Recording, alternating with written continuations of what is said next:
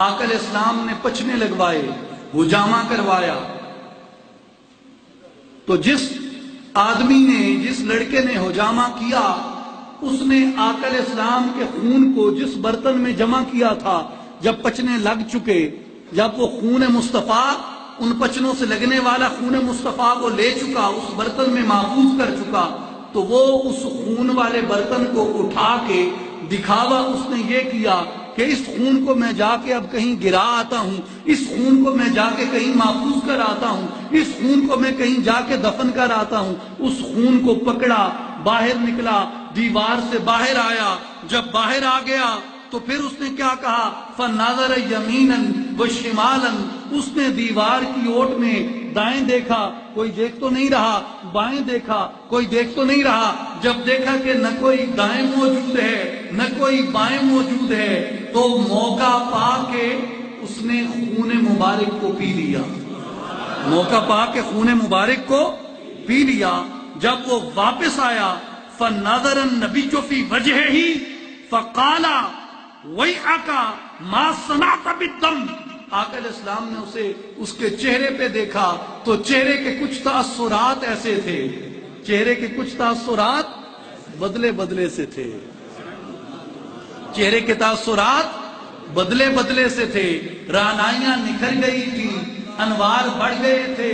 جمال بڑھ گیا تھا، نور بڑھ گیا تھا، زیبائی بڑھ گئی تھی،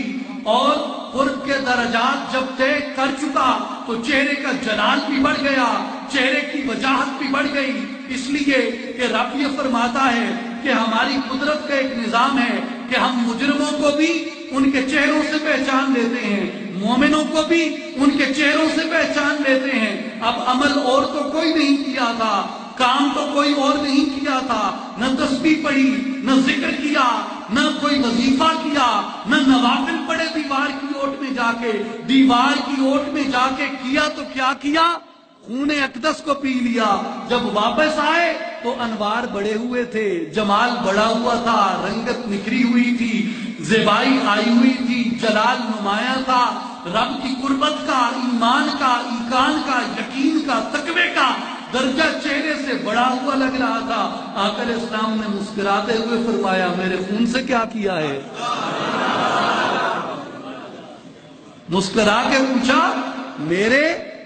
خون سے کیا کیا ہے، میرے خون کا کیا بنا؟ تو وہ کہتا ہے کہ یا رسول اللہ، وہ دیوار کے پیچھے میں نے غائب کر دیا، وہ میں نے دیوار کے پیچھے غائب کر دیا ہے۔ آقا علیہ السلام نے فرمایا، این غیبتہ، کہاں غائب کیا ہے؟ کیا کہا؟ این غیبتہ،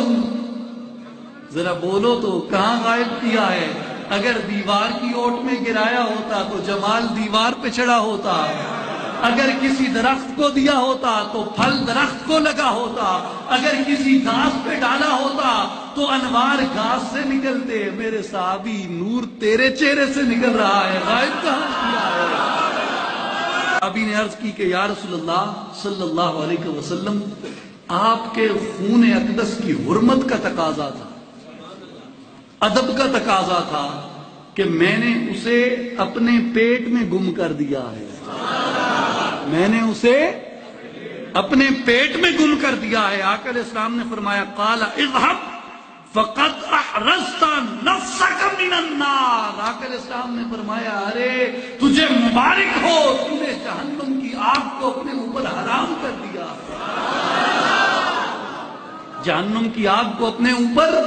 حرام کر دیا ہے۔ تو جس کا لعاب طیب، جس کے دہن سے نکلنے والی آواز طیب، جس کے دہن میں موجود زبان طیب، اس سے آنے والا کلام طیب، اس سے نکلنے والا قول طیب، تو فرمایا جو سر سے قدموں تک ہم نے اس کے اندر خون جاری کر رکھا ہے، بتائیے وہ خون بھی